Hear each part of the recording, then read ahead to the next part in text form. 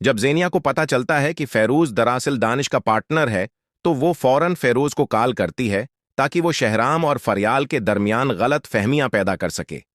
फेरूज शहराम से ठीक तरीके से बात नहीं करता, लेकिन फिर उसे मालूम होता है कि फरियाल आज भी सिर्फ इसी से मोहब्बत करती है। ये सुनकर फेरूज के दिल में दोबारा फरियाल के लिए मोहब्बत जाग उठती है। फेरूज फौरन फरियाल को मैसेज करता है, मुझे पता चल गया है कि तुम आज भी मुझसे मोहब्बत करती हो। इत्तिफाक से शहराम वो मैसेज देख लेता है, लेकिन उसे फरियाल की मोहब्बत पर पूरा यकीन होता है।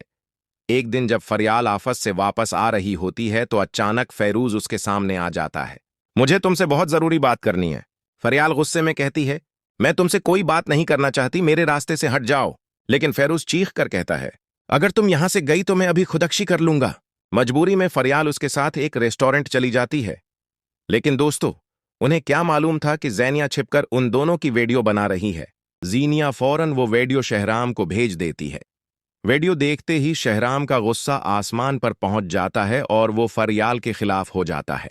जैसे ही फरियाल घर आती है, शहराम चीख कर कहता है, तुम्हें अपने साबिक मंगेतर से अकेले मिलने की क्या जरूरत थी?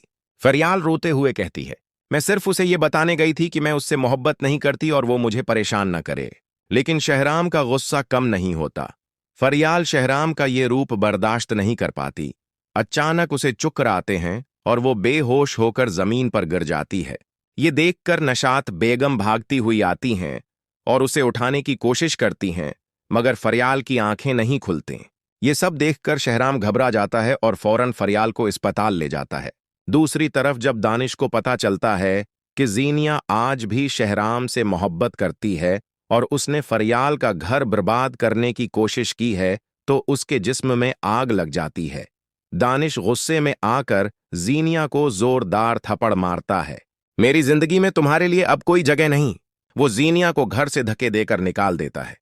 ज़ीनिया ये बेइज्जती बर्दाश्त नहीं कर पाती।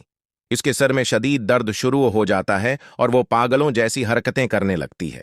डॉक्टर्स उसे चेक करते हैं और बताते हैं, ये जहनी तवाजुन खो बैठी है, उसे मेंटल अस्पताल में रखना पड़ेगा।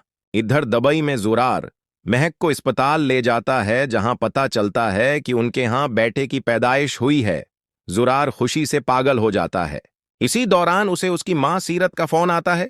सीरत रोते हुए कहती है, ज़ीनिया पागल हो गई है और अस्पताल में है। मैं यहां अकेली रह गई हूं, प्लीज वापस आ जाओ।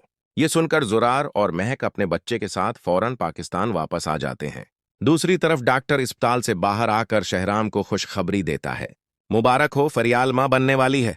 तो दोस्तों, आपके ख्याल में क्या वाकई इन दोनों के यहां बच्चा होगा? अपनी राय हमें कमेंट्स में जरूर बताएं और ये भी बताएं कि हमारी ये प्रेडिक्शन कितनी दरस्त साबित होती है।